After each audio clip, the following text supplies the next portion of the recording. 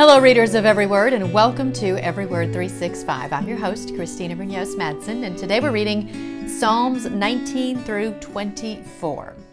Back when we first started this journey, and I was encouraging all of you to get this particular Bible, and specifically the NLT translation, I warned you that if you're familiar with some Bible verses or have some favorite verses memorized, then this translation would be difficult to read at times. Well, today is a huge example of that. If you know Psalm 23 well or have it memorized, this version may drive you a little crazy. But again, the purpose of this Bible is readability in a beginning to end fashion. So it's not without purpose or intent, but there are those moments where it may just sound quite a bit different than what you know or have memorized. So I want to encourage you to really read it as though it were the first time you were reading it, as is likely the case with lots of other Psalms. Because sometimes when we work hard to know something in our heads, we don't always take the time to know it in our hearts. I know that the Lord's Prayer, which I really love because it was the first thing my dad taught my mom when she was learning English, it became just a monotone rambling of words when I was young, and I really had no idea what I was saying. Then I was in a study that broke it down line by line and discussed what it meant. Wow, it was as if I had never read it, although I had been reciting it since a child.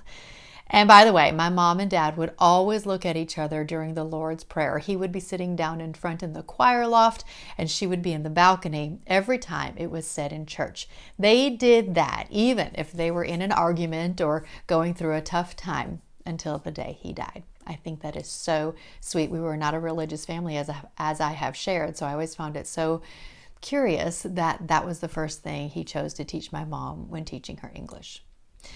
As for today's daily walk, it always seems very timely as national and international security continue to be hot topics in the news. As we know from all the war and carnage from the beginning of the Old Testament, this is not a new problem. But maybe we as a nation need to do what the Israelites did in Exodus 14, Judges 4, and 2 Kings 6. That is all from today's Insight. As you might recall, on the night of the attacks of 9/11, it seemed our entire nation came together.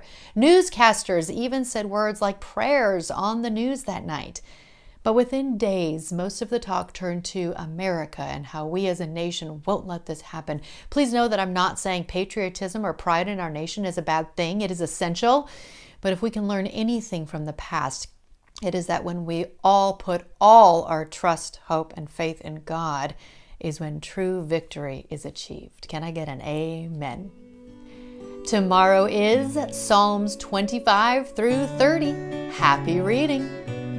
We have been talking about our trip to Greece, which will follow the footsteps of the Apostle Paul. And today, here's more on our third day of the trip with Travel with Friends. We will board our cruise ship and sail in the morning from Athens to the quaint Isle of Mykonos, called the Island of Windmills.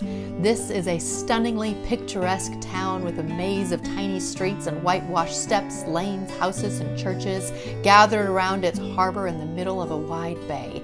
Experience the waterfront lined with shops and cafes, and then stroll the charming walkways. You may choose to explore on your own or at an optional Mykonos walking tour before returning to the ship for dinner and evening activities. Just send me a message if you'd like more information on this trip, and we hope to see you in Greece with us in 2025.